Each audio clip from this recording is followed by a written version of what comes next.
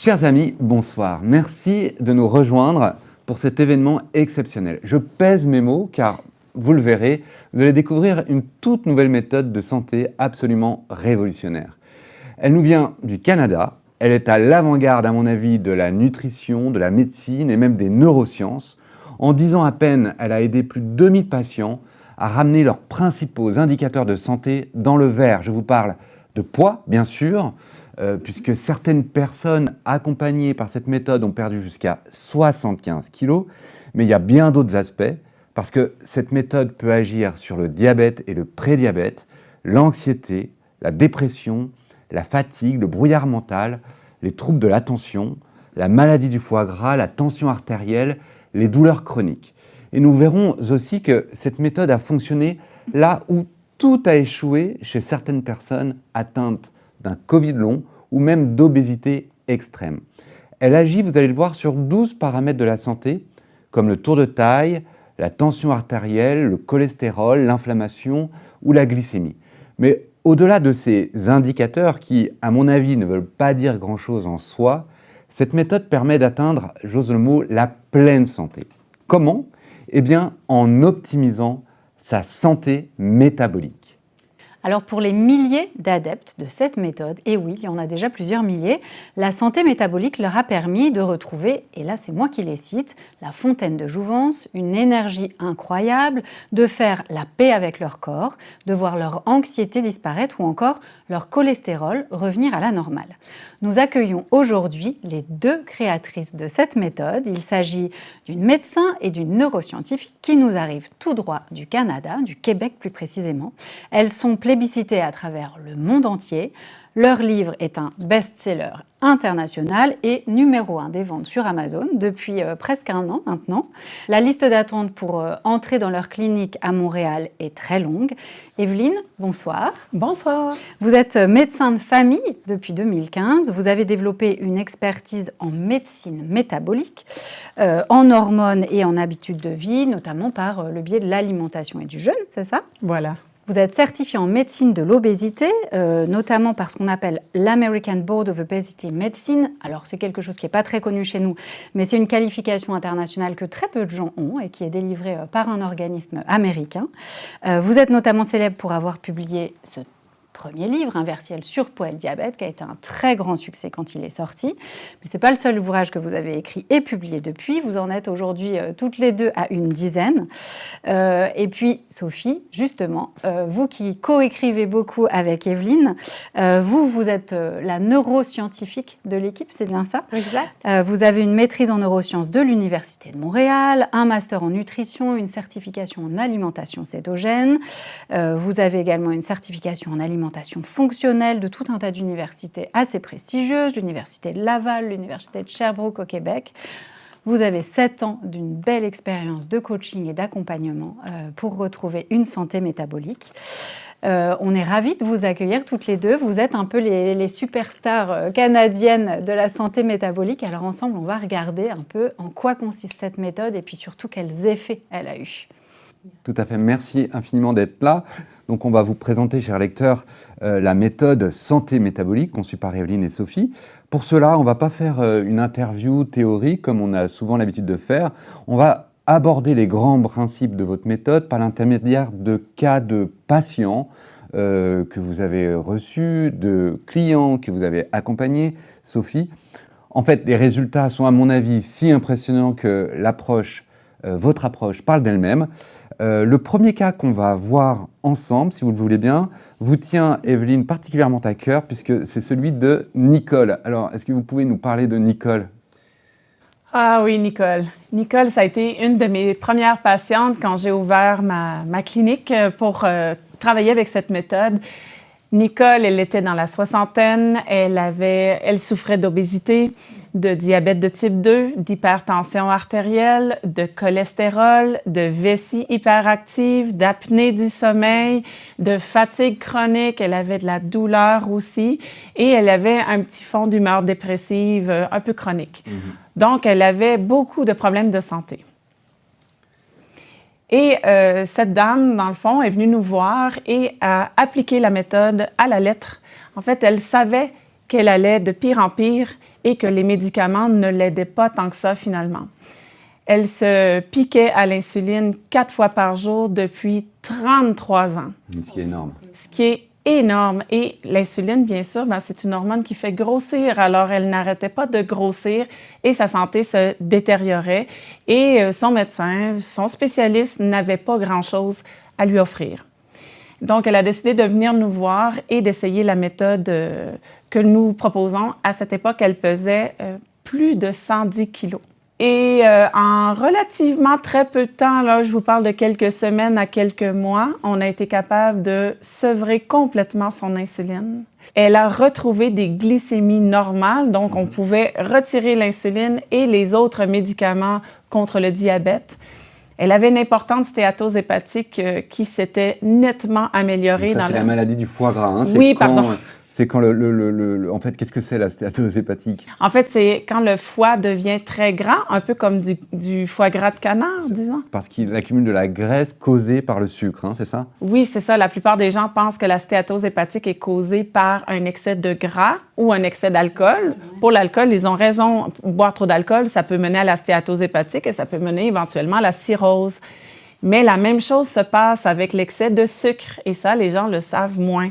Donc, trop de sucre trop souvent peut mener à la stéatose hépatique, légère, modérée, sévère, puis c'est le début de la cirrhose. Et elle avait une importante stéatose hépatique. Donc, la suite des choses, c'est qu'éventuellement, elle aurait probablement commencé à faire une cirrhose, mais elle n'en avait pas au moment où elle nous a consultés. Mais est-ce que c'est parce qu'elle se gavait de sucreries, de bonbons, de confiseries, de desserts un peu trop sucrés? C'est pour ça? Pas du tout. Cette femme a fait attention à son alimentation toute sa vie. Elle a consulté des nutritionnistes, elle a vu des médecins, des spécialistes toute sa vie. Elle a été à la diète toute sa vie, elle a fait attention. Mais l'alimentation qu'elle avait, celle qui était recommandée globalement à tout le monde, c'était pas la bonne alimentation pour son métabolisme et ça la rendait malade. Donc, après l'utilisation de votre méthode, est-ce que d'autres indicateurs que son poids, là, absolument évident, sont revenus dans le vert? Oui, on voit ici, en fait, qu'elle a perdu une 40aine de kilos, mais ça, c'était juste le petit cadeau parce qu'en fait, elle a inversé complètement. Donc, elle a mis son diabète de type 2 en rémission, mais elle a aussi vu son cholestérol se normaliser. Elle n'avait plus de vessie hyperactive. Elle a cessé de faire de l'apnée du sommeil. Sa fatigue s'est améliorée. Elle avait beaucoup plus d'énergie. Et le brouillard mental aussi, en fait, sa capacité à se concentrer, son acuité cognitive, elle l'a retrouvée. En fait, elle allait vraiment, vraiment mieux, mais globalement dans son ensemble, et même son humeur s'est améliorée.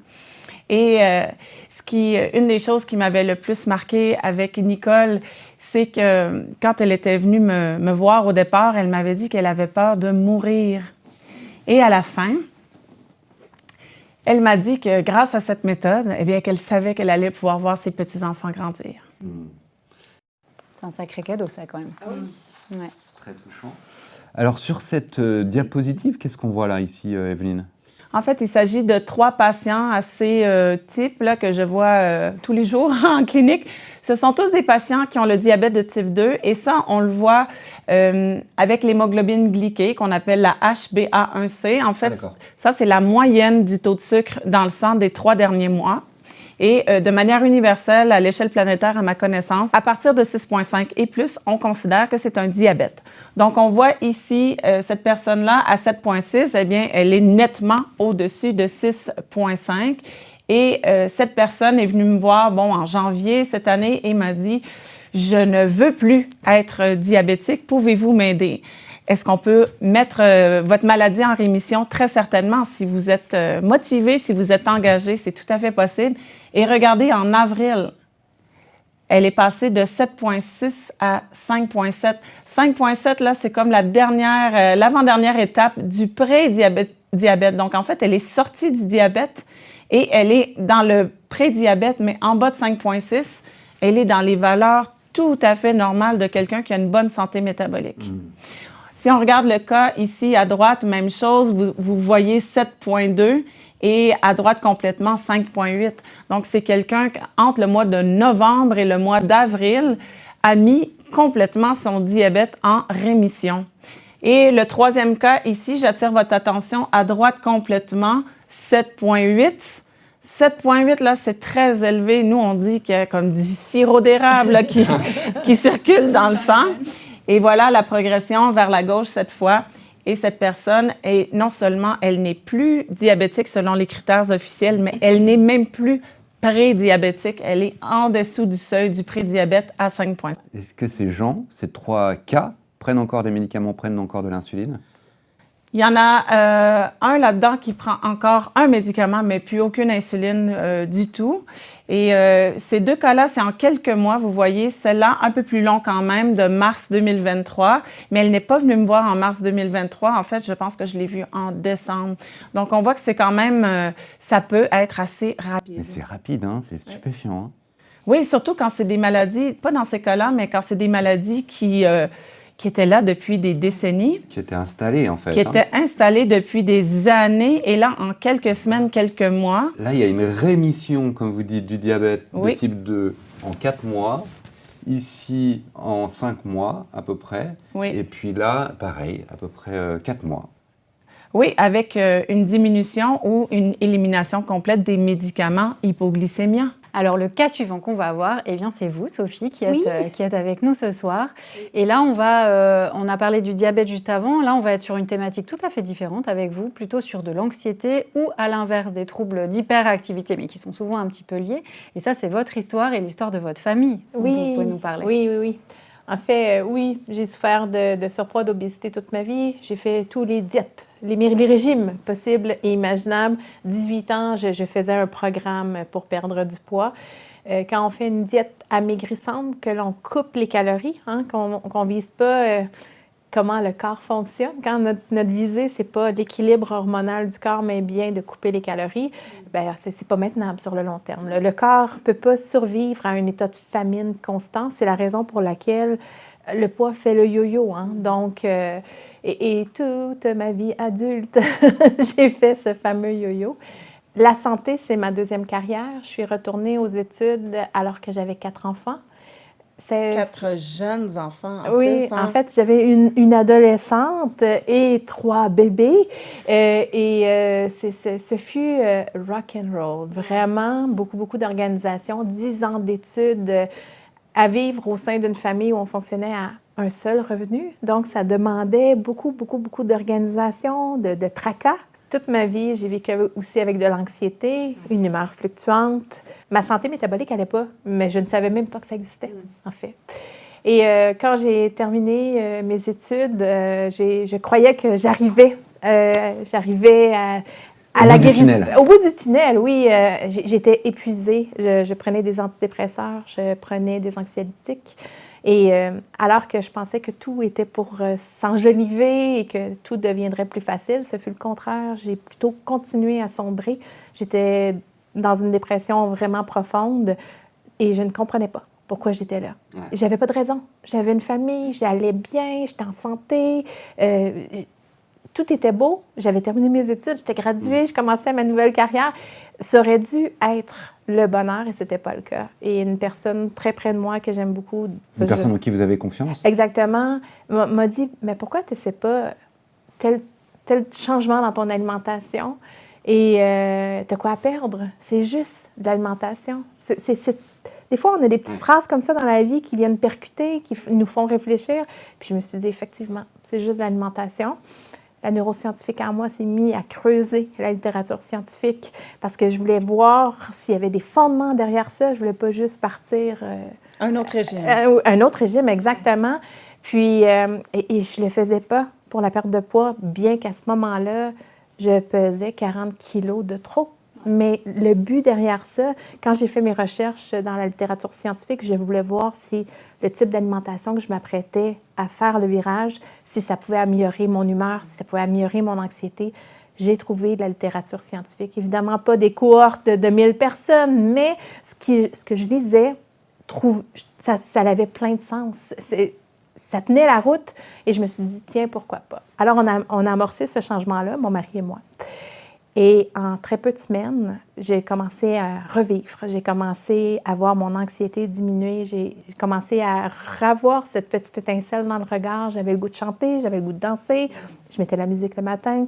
J'étais moins irritable, j'étais moins impatiente. J'aimais pas la maman que j'étais avec mes garçons parce que j'avais juste l'impression de toujours crier. Je me disais, eux, quand ils vont grandir, ils vont se dire « Ah oui, ma mère, elle criait tout le temps. » Donc, j'aimais pas ça. Et là, ça a fait un changement si grand rapidement qu'on s'est dit, mon mari et moi, si c'est bon pour nous, c'est bon pour eux. Alors, on a fait le virage de l'alimentation pour toute la famille. Et à ce stade-ci, je dois préciser que mon mari, moi, j'avais l'anxiété. Mon mari avait le trouble de déficit de l'attention parce qu'on le trouve aussi chez les adultes, ce fameux trouble de l'attention. Le fameux TDAH, c'est ça? Exactement. Mais mes garçons n'ont pas le H. Donc, pas le H. Non, ils n'ont pas l'hyperactivité. L'hyperactivité. Exactement. Donc, ce n'est pas des petits springs. Mais sinon, la difficulté à se concentrer, la difficulté à se mobiliser dans l'apprentissage, la difficulté à se faire des amis parce qu'ils ont... Oui. C'est difficile pour eux de rentrer en relation harmonieuse avec les autres. Donc, beaucoup de sphères qui étaient touchées pour eux. Ils prenaient de la médication. Et chaque fois que le pédiatre, leur médecin, augmentait la dose de médicaments, pour moi, c'était brise-cœur. Parce que j'avais juste l'impression que je droguais mes enfants chaque matin. Mais le pédiatre me disait, bien, vous savez, ça les aide, c'est ce qu'ils ont besoin pour leurs conditions et tout ça. Et on a vu rapidement les changements d'alimentation faire une différence dans la concentration de mon mari. On s'est dit, bien, si c'est bon pour lui, c'est bon pour eux. Le changement s'est amorcé. En 3-4 semaines, on voyait la différence. C'était, évidemment, en science, on dit N égale un chiffre pour dire c'est une expérience qui compte tant de personnes. Je suis un N égale 3, là. Donc, il n'y a pas une généralité à faire, puis il ne faut pas penser que ça va faire ça chez tout le monde. Mais chez mes garçons à moi, chez mes 3 garçons à moi, ça le fait tout, la différence du monde.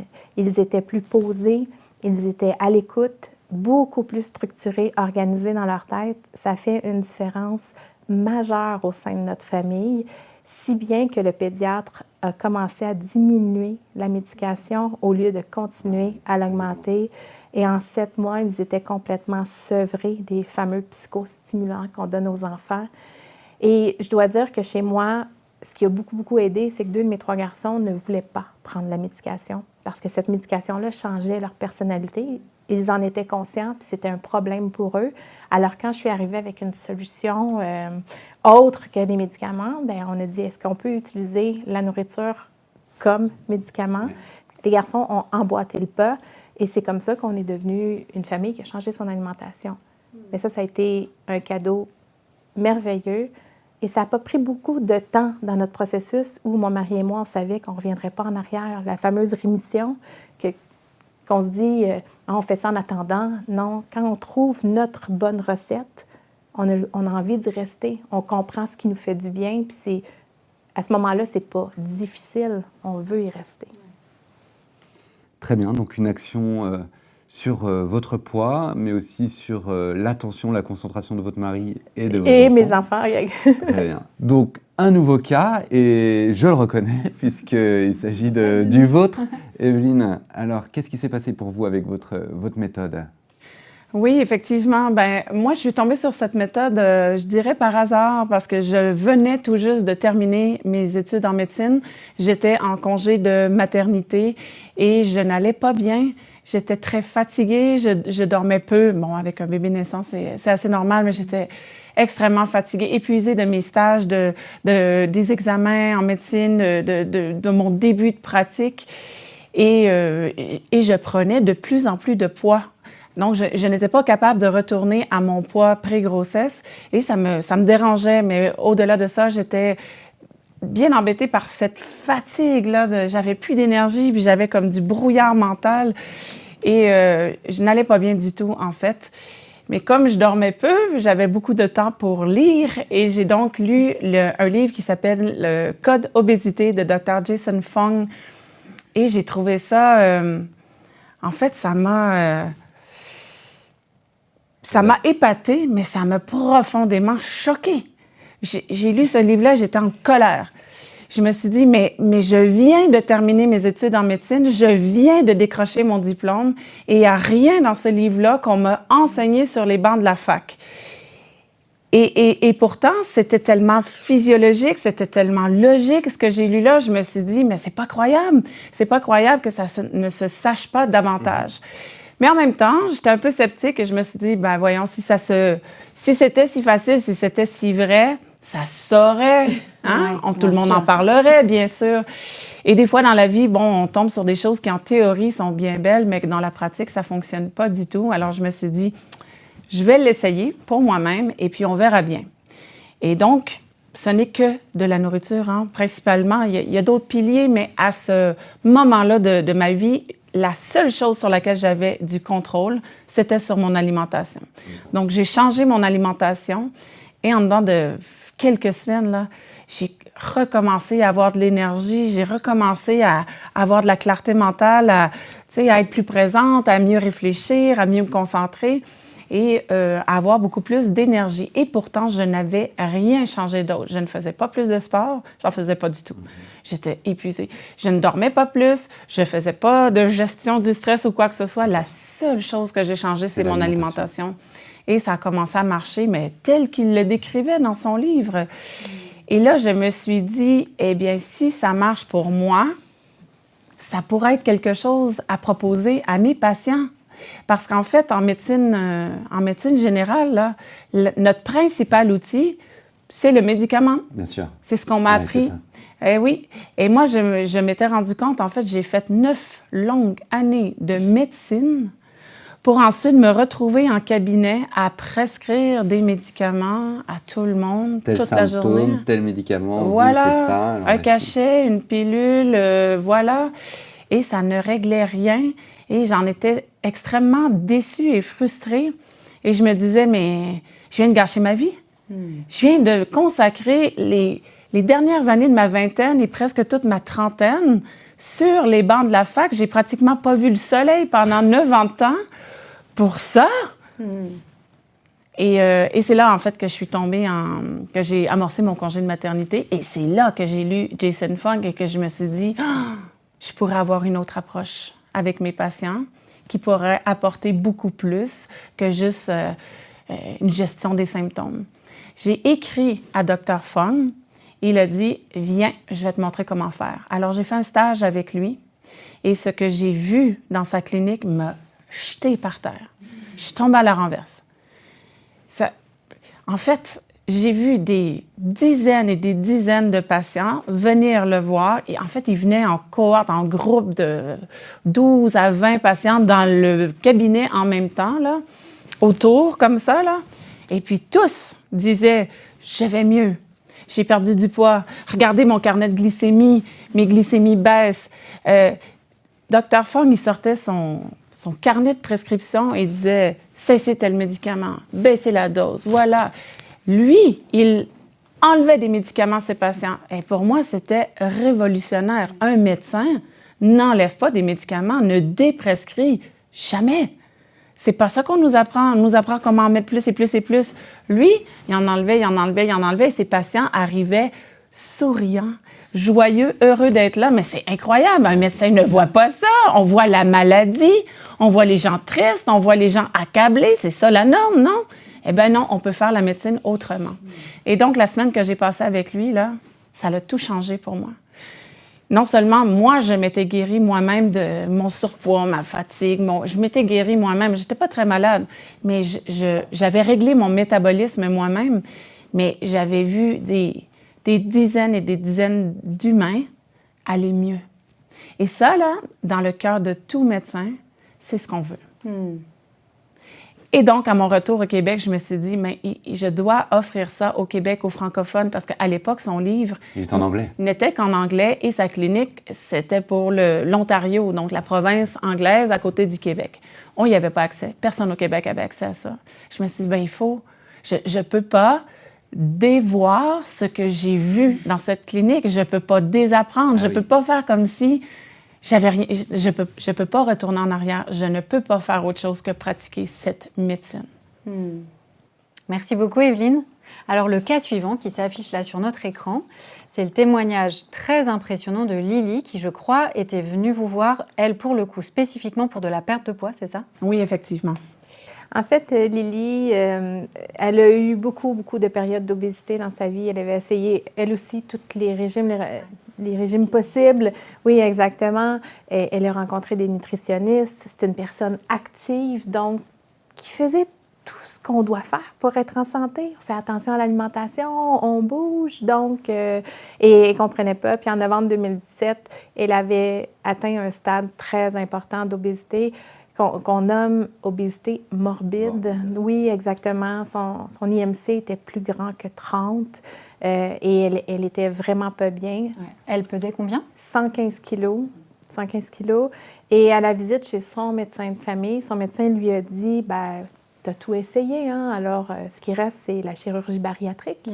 Et ça a été un choc. Au retour à la maison, elle était en train d'évaluer les trucs, puis elle capitulait. Puis elle se disait, ben, effectivement, si mon médecin croit que c'est tout ce qui reste, elle se disait, ben, oui, je vais mettre sur la liste. Et puis, durant une nuit d'insomnie, elle s'est mise à réfléchir. Puis elle s'est dit, non, c'est pas vrai. C'est sûr qu'il existe des trucs. Exactement.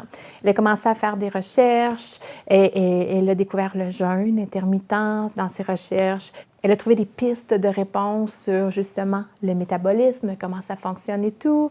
Elle a trouvé des groupes Facebook, des groupes de réseaux sociaux sur lesquels on peut échanger. Et elle nous a découvert, en fait. Et puis, s'est amorcé un changement dans l'alimentation, la pratique du jeûne. Elle a perdu son poids. Elle a été à son plus bas poids de sa vie adulte. Elle ne se reconnaissait pas. Et elle se disait, je suis plus jeune dans ma cinquantaine que je l'étais dans ma quarantaine. On peut le voir sur les photos. C'est une transformation majeure. Elle a perdu combien de poids à peu près? Plus de 40 kilos. Ça a été une différence majeure. Ouais. Je vais ajouter une petite particularité sur l'histoire de Lily. Lily mangeait beaucoup ses émotions. En fait, je peux dire que je suis une mangeuse émotive. Je n'ai pas pesé 40 kilos de plus en mangeant seulement du saumon quand j'avais faim, on s'entend. Donc, j'avais tendance à me réconforter avec la nourriture. C'était le cas aussi de Lily. On se dit des fois qu'en coupant certains trucs, ça va faire monter les obsessions. Bien, ça a été le cas pour moi, mais en particulier pour Lily, c'est devenu le calme dans sa tête. Elle n'avait plus besoin de prendre de la nourriture de l'extérieur pour apaiser ce qui se passait à l'intérieur. Ça a été un cadeau pour elle de se retrouver dans un état où elle mangeait parce qu'elle avait faim, puis elle était capable de ne pas manger quand c'était pas le moment, et ça devenait pas obsessionnel. Donc, pour elle, c'était de retrouver, oui, la santé au niveau de son corps et aussi retrouver sa santé mentale. Ouais. Merci beaucoup pour ce témoignage de Lily, Sophie. Là, on a le témoignage de Marc-André qui s'affiche, alors qu'il y avait aussi d'autres problématiques autour plutôt de la dépression et du malaise généralisé, mais on voit aussi une perte de poids assez impressionnante. Là, on a le cas de Vincent. Alors, la photo, on a du mal à le reconnaître, tellement c'est très impressionnant. On a Véronique, là, qui s'affiche, pareil. Je trouve ça toujours impressionnant parce que même le visage des gens semble changer quand ils changent de métabolisme. Je sais que vous voyez des grosses pertes de poids, puis ça, c'est impressionnant. Ouais, mais moi, ce que je vois avec mes yeux de docteur, c'est tous ces gens-là, ils n'ont pas seulement changé leur présent, ils ont complètement changé leur futur. Au lieu de développer des maladies, là, ils sont dans la santé, dans la vitalité, et ils vont voir grandir leurs petits-enfants. Et moi, c'est ce que j'aime de ces photos avant-après. Ça doit être très satisfaisant pour vous. On a un autre cas. Alors là, on sort un peu de la perte de poids stricto sensu. On s'intéresse au Covid long, donc vraiment un trouble très moderne, très contemporain pour le coup. Ah, Chantal! Chantal, à la base, c'est une grande sportive. Et puis, toute sa vie, elle avait réussi à maintenir son poids en faisant beaucoup de courses. Elle a arrêté de fumer. Ça lui a fait prendre 30 kilos qu'elle essayait de perdre avec les méthodes de régime traditionnel, avec réussite, échec, réussite, échec.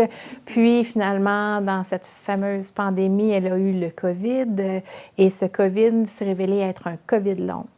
Elle a été affectée par le COVID long pendant 2 années. 2 années où elle n'était pas capable de lire un livre, qu'elle n'était pas capable de sortir à l'extérieur, tellement le niveau de fatigue physique et mentale était invalidant. Alors, elle s'est dit, ah, ça se peut pas, il doit exister des trucs. Elle a commencé à faire des recherches. Elle a trouvé que le fait de jeûner et de changer son alimentation pouvait être une méthode alternative pour émerger du COVID long. Et c'est comme ça qu'elle est arrivée dans notre sphère. Elle nous a découvert, elle a écouté nos podcasts, elle a acheté nos livres, elle s'est mise à lire. Elle a consulté Evelyne en tant que médecin. Elle m'a consulté en coaching pour que je puisse l'accompagner. Et en quelques mois, elle s'est remise à courir. Elle a pu recommencer à travailler. Ses glycémies, évidemment, se sont diamétralement améliorées. Et là, encore là, on voit une perte de poids parce qu'elle l'affiche, mais pour elle, elle s'en rend même pas compte qu'elle a perdu du poids parce qu'elle est sortie enfin de son COVID. Elle croyait qu'elle souffrirait du COVID long pour toujours parce qu'il n'y a pas de solution concrète, il n'y a pas de médicaments, on est pris avec ça. Alors, pour elle, elle nous a dit « Moi, là, je veux témoigner pour vous. Vous avez changé ma vie. Je peux renaître grâce à vous. » Et elle a recommencé à faire ses 10 km 3 fois par semaine. Elle joue au tennis, elle fait de la randonnée. Elle a recommencé à travailler. Elle est revenue elle-même. Oui, super. Donc l'optimisation de la santé métabolique, c'est vraiment d'abord retrouver la pleine santé et puis la perte de poids, c'est une forme un de cadeau qui cadeau la cerise sur le un gâteau. peu logique. Autant c'est pas spécifiquement une méthode anti-Covid long, il faut être quand même honnête, on ne peut pas faire la promesse à toutes les personnes atteintes de ce trouble d'une rémission. En revanche, peut-être le cas, si on peut appeler ça un cas, le trouble de stéatose hépatique répond assez bien à votre méthode. Oui, effectivement. En fait, pour la COVID, on a quelques cas. Donc, quelques-uns, on ne peut pas dire que ça va fonctionner probablement pour tout le monde hors de tout doute. On ne peut jamais dire ça de toute façon en médecine. Cela dit, pour la stéatose hépatique, on a des centaines de cas. Donc, je peux vous en parler et vous dire que la très grande majorité du temps, ça fonctionne très bien pour inverser, pour se débarrasser, en fait, de sa maladie du foie gras. D'accord. Il faut quand même que vous nous expliquiez cette image, Evelyne, parce que c'est un bébé. Toutes les mamans, voilà, toutes les femmes qui ont été échographie. enceintes vont sans doute se demander ce que c'est, mais ça n'est pas ça. Oui, donc effectivement, on voit ici à l'écran 2 images d'échographie abdominale. À gauche, c'est le avant, à droite, c'est le après. Je vous explique ce qu'on voit. Alors ici, c'est le rein et ici, c'est le foie qui est juxtaposé, en fait, qui est à côté du rein. Et la particularité du rein, c'est qu'il ne peut pas s'infiltrer de graisse, tandis que le foie peut stocker des graisses. Ce n'est pas normal et souhaitable, mais le foie humain, comme le foie de canard ou le foie d'oie, peut le faire. Ah oui. Et donc, ce qu'on fait, c'est qu'on compare la couleur du tissu rénal à la couleur du tissu hépatique du foie. Normalement, le foie devrait être aussi noir que le rein. Et dans ce cas-ci, on voit bien que le foie est beaucoup plus gris, beaucoup plus pâle. Eh bien, ça veut dire qu'il est très infiltré de graisse. Donc, c'est un foie qui est très gras. En plus, dans ce cas-ci, qui est le cas d'un jeune homme, son foie était très gros. On parle alors d'hépatomégalie. Donc, il avait un gros foie gras. Et ce jeune homme-là ne voulait pas avoir un gros foie gras parce que vous savez, Un foie gras, au début, c'est légèrement gras. On peut voir ça à l'écho. Bon, il y a un peu d'infiltration graisseuse. Si on ne fait rien, parce qu'on ne le sait pas ou parce qu'on ne sait pas quoi faire, hein, parce que souvent, les médecins peuvent dire, ou les professionnels de la santé vous disent, ben, vous avez le foie gras, il faut manger moins de gras, monsieur, madame. Et pourtant, si on mange moins de gras, ça veut dire qu'on va manger plus de sucre, plus de glucides, hein, c'est nos deux carburants. Et ça, c'est la méthode la plus rapide pour détériorer, oui, pour aggraver une stéatose hépatique. Et ce qui est très important de comprendre, c'est que la stéatose hépatique, donc, elle peut survenir si on boit trop d'alcool, bien sûr, mais de nos jours, la majorité des cas de stéatose hépatique, c'est un excès de sucre, en particulier du fructose. Donc, ce n'est plus l'alcool qui donne les cirrhoses dans notre société, c'est le sucre. Et c'est ce qu'on voit même chez des enfants qui développent une stéatose hépatique et un début de cirrhose. Ça, c'est du foie gras de sucre. Étonnant. Et là, au bout de quelques mois, c'est ça? Oui, quelques mois. Ben, cet homme-là, en fait, il avait aucune intention de développer une cirrhose et il a demandé ben, quoi faire. Et on lui a parlé tout simplement de la méthode et on lui a dit, ben voilà, si ça vous intéresse, allez-y, lancez-vous. Et puis, quelques mois plus tard, ben, il était de retour en échographie. Et là, on peut voir que le rein et le foie sont presque de la même couleur. Donc, je sais que son foie a encore une légère stéatose hépatique, mais je sais qu'il a compris comment s'en défaire, qu'il va tout simplement continuer. Ce n'est qu'une question de temps rendu là. Et son foie a rapetissé aussi. Il est beaucoup moins gros parce qu'un foie qui est gros, c'est un foie qui est malade. Donc, quand le foie s'améliore, il devient plus foncé, il devient plus petit. OK. Merci beaucoup. Alors, sur la slide suivante, l'écran d'après, on a le témoignage de Jocelyne là, qui s'affiche. Il me semble que Jocelyne, elle est plutôt venue pour un problème complètement différent, qui était des douleurs chroniques, qu'on appelle souvent de la fibromyalgie, c'est ça? Oui, effectivement, Jocelyne souffrait de fibromyalgie. Elle prenait beaucoup d'antidouleurs, beaucoup de médicaments. Et elle prenait du poids, elle était fatiguée, parce que vous savez, si on a de la douleur chronique, habituellement, on a de la fatigue chronique, et ça vient avec une fatigue cognitive aussi. Donc, on vit dans un état où tout le corps crie. Il est épuisé, quoi. Et il est épuisé, il a mal constamment, et la douleur chronique, c'est usant hein, pour le système nerveux. On est fatigué d'avoir mal. Et en plus, tous les médicaments qu'elle prenait, ben, ça entraînait toutes sortes de dérèglements et toutes sortes d'effets secondaires. Donc, elle avait peu de qualité de vie, Jocelyne. Et elle est venue nous consulter. Bon, bien sûr, personne ne refuse de perdre quelques kilos, mais c'était vraiment pas ça son objectif numéro un. Ce qu'elle voulait, c'est retrouver de l'énergie, retrouver de la clarté mentale. Et au final, en creusant son histoire, on s'est rendu compte aussi qu'elle avait probablement eu toute sa vie le syndrome des ovaires polykystiques. Et par chance, elle avait eu 2 filles, mais elle et son mari désiraient en avoir d'autres et ça n'a jamais été possible parce qu'elle n'avait pas de règles ou que ses règles étaient très irrégulières, ce qu'évidemment, la résistance à l'insuline peut engendrer aussi. Donc, dans son cas, elle, vraiment, sa fibromyalgie et sa fatigue, son brouillard et ses problèmes de fertilité étaient tous causés par la même chose. Il y avait beaucoup trop d'insuline dans son corps de manière chronique depuis trop d'années. Souvent, on nous demande si notre méthode, elle est simple. Oui, elle est simple. Elle est très simple à suivre. Est-ce qu'elle est facile? Non, pas toujours. Alors, en coaching, souvent, les gens, ils viennent, ils me disent, je sais quoi faire, mais il est arrivé tel truc, j'ai un peu sauté en bas du train, je l'ai un peu échappé en français, en bon québécois. Puis, ils reviennent. Dans le cas de Jocelyne, quand elle n'est pas revenue si souvent. Pourquoi? Parce que quand son alimentation dérivait, quand elle abandonnait le programme momentanément, ses douleurs, elles revenaient comme un boomerang et extrêmement rapidement. Et elle se rendait compte que si c'était un très petit écart, un seul repas, ses douleurs revenaient fulgurantes. Et ça lui prenait quelques jours, même en étant revenue parfaitement alignée avec son programme, ses douleurs persistaient pendant quelques jours. Alors, ça ne prend pas beaucoup d'occasions où on déroge pour comprendre que ça ne nous va pas, que ça ne nous fait pas du bien. Et quand on vit avec la douleur, comme dans le cas de la fibromyalgie, on apprend un peu à vivre avec cette douleur-là. Hein? On apprend, on accepte, on se résigne au fait qu'on vit avec cet envahissement de douleur pancorporelle-là. Quand on est libéré de cette douleur-là, dans les premières semaines, les premiers mois, ça, c'est un cadeau. Puis là, on l'apprécie. Mais quand ça fait plusieurs mois, voire des années, souvent, on oublie d'où on est parti. Et c'est là où, quand on déroge, ça nous rappelle à l'ordre. Et ça nous dit, ah, non, ça, c'est pas pour toi. C'est pas fait pour ton métabolisme. C'est pas aligné avec ta santé. Ouais. Mais des cas de fibromyalgie comme ça, c'est vraiment fréquent. On en a beaucoup en clinique.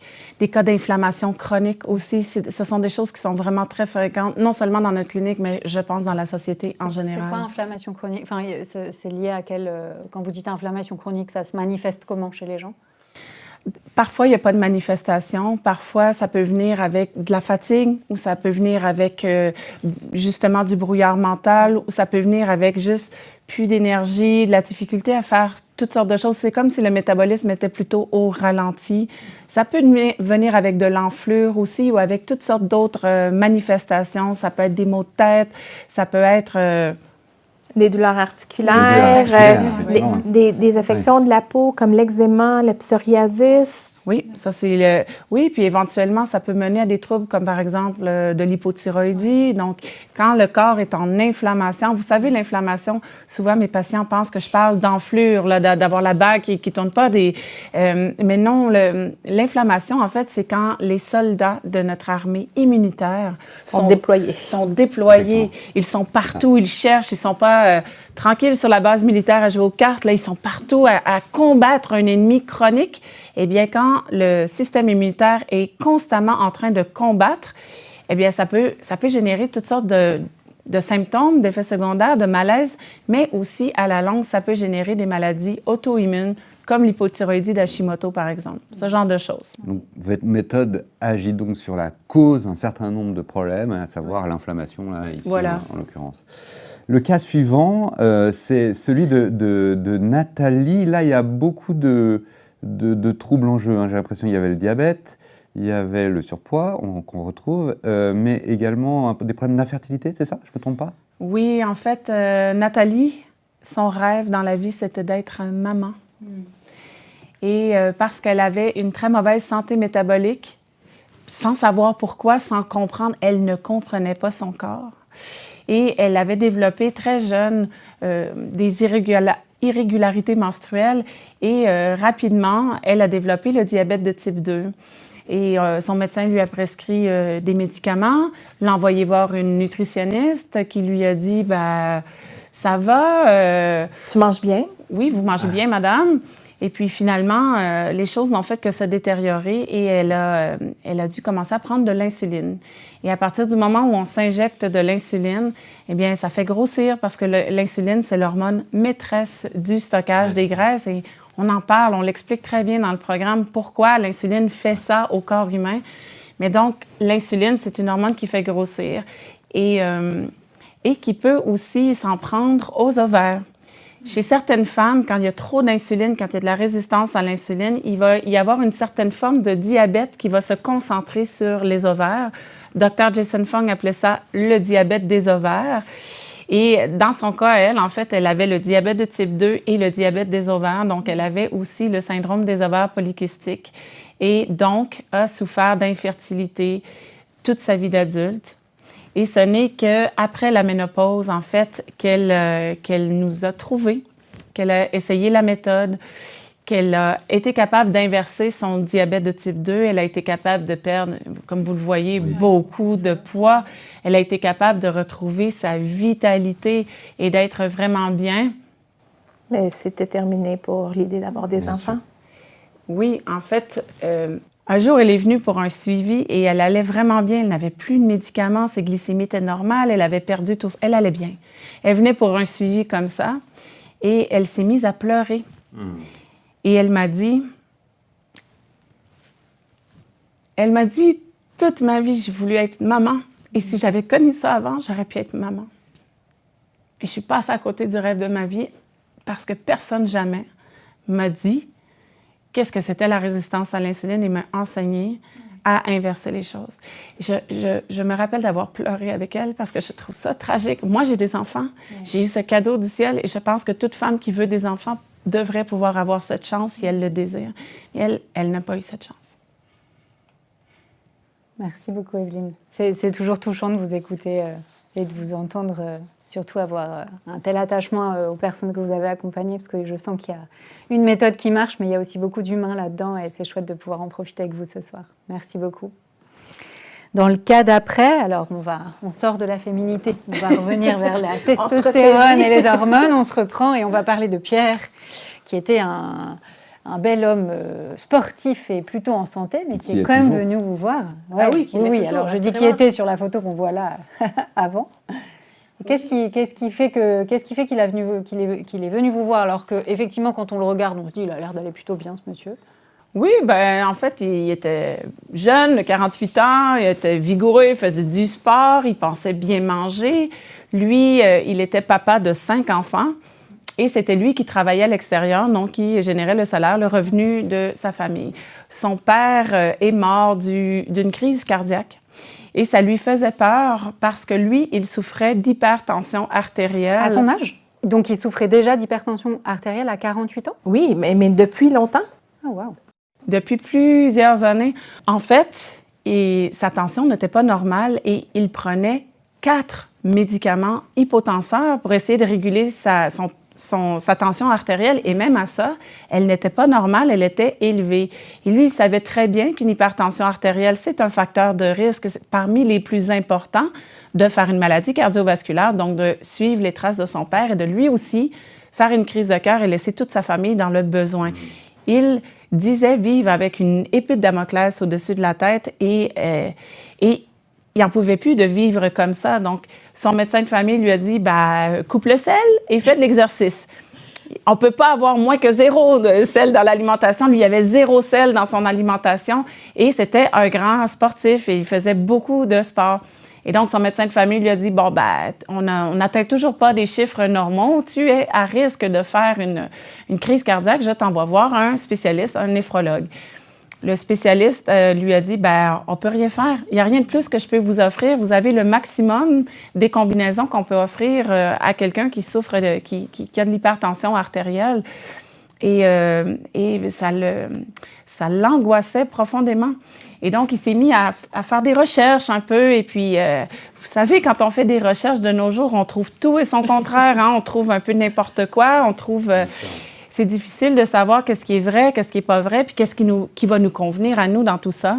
Mais lui, heureusement, toutes ces recherches l'ont mené à notre clinique, ou du moins à la méthode qu'on propose. Donc, avec ces recherches, avec l'approche qu'on propose, il s'est dit, j'ai rien à perdre. Je vais l'essayer, j'ai rien à perdre. J'ai tout à gagner. J'ai tout à gagner, voilà. Et donc, quand il est venu me voir... en 3 semaines, on a été capable de déprescrire un de ces 4 médicaments hypotenseurs. Ça, c'est ultra rapide quand même. C'est très rapide, effectivement. Ça a été vraiment une belle réponse. Puis c'est encore plus surprenant parce que si on le regarde, il est mince. Il est mince, il est jeune. Donc, oui, il a l'air en forme. Oui, il a l'air en forme. Donc, on voit bien que c'est pas qu'une question d'apparence, que c'est pas que les gens en surpoids qui peuvent avoir des problèmes de santé métabolique. Lui, il était mince.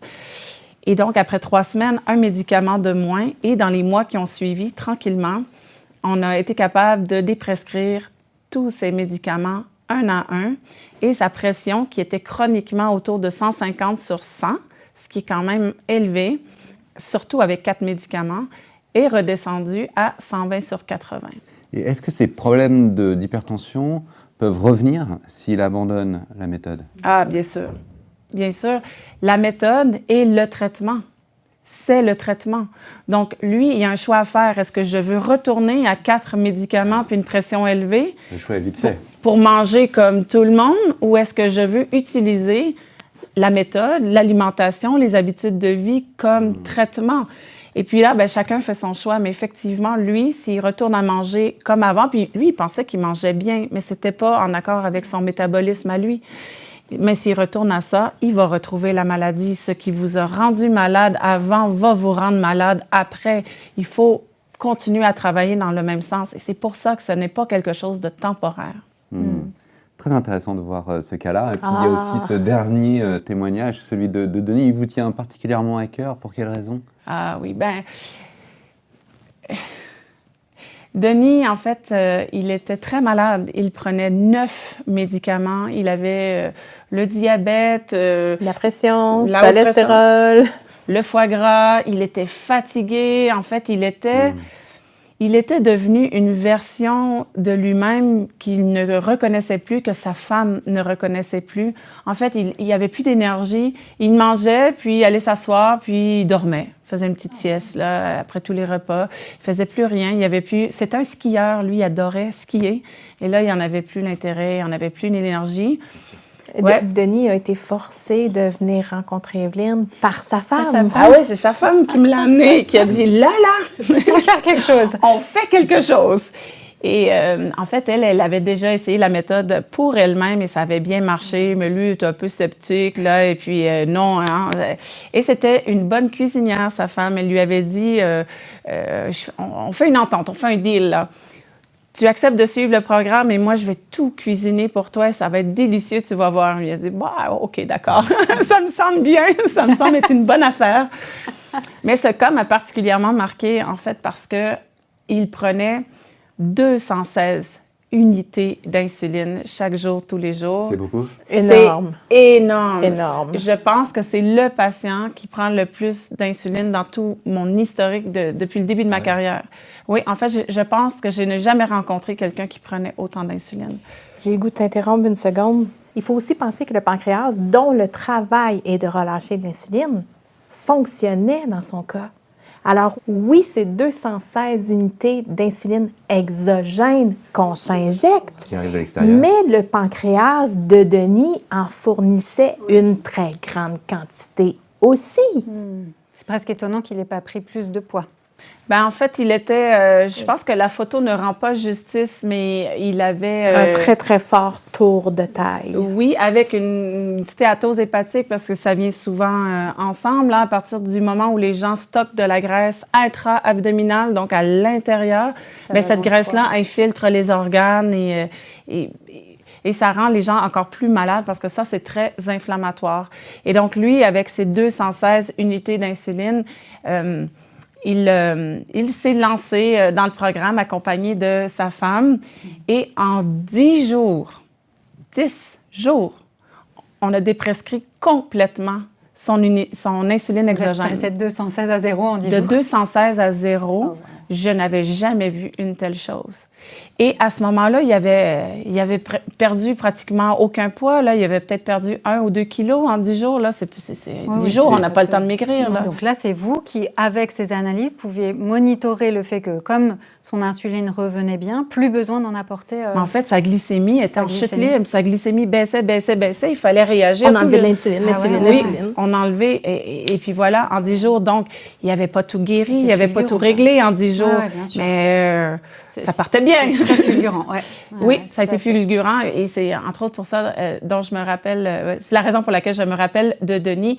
Et bien sûr, il s'est débarrassé de ses 9 médicaments. Je pense qu'il restait un petit hypotenseur à la fin, puis lui se disait, on continue à travailler parce que ce n'est pas, on ne recherche pas nécessairement une ligne d'arrivée, on cherche une direction. Ce qu'on veut, c'est aller dans la direction de travailler sur ses piliers et améliorer sa santé métabolique chaque jour de plus en plus. Donc, il n'y a pas de ligne d'arrivée. C'est sûr qu'inverser le diabète puis avoir des chiffres normaux, c'est très bien, mais c'est jamais fini. Hein? Il faut continuer. Et donc, j'ai été prescrit 8 de ces 9 médicaments. Il a inversé sa stéatose hépatique aussi. Il a normalisé son cholestérol. Il allait vraiment mieux. Mais à son dernier suivi, lui, sa femme, bien sûr, est venue avec lui. Et sa femme est rentrée dans mon cabinet en souriant, là, mais un sourire de soleil. Et elle m'a dit, « Vous savez, docteur, j'ai retrouvé mon mari. » Et pour se récompenser, eh bien, ils sont allés skier dans les Alpes. Il s'est remis à skier, alors. Voilà. Il s'est remis à skier et quelques années plus tard, il m'a réécrit comme ça pour me dire, ce n'était plus mon patient à cette époque, il m'a réécrit pour me dire, Bonjour docteur, vous savez quoi? Je suis dans les Alpes actuellement et je vais toujours bien et je suis toujours en pleine santé et je vous salue et ma femme vous dit bonjour. Très bien. Trop chouette. Eh bien, c'est sur ces dernières paroles un peu de joie, de gaieté, d'espoir en fait qu'on va se séparer. Merci infiniment Evelyne et Sophie. Merci beaucoup à toutes les deux. Merci pour votre humanité et tous ces partages. Ouais, tous ces retours d'expérience. Merci beaucoup et à très bientôt. À très bientôt. À très bientôt.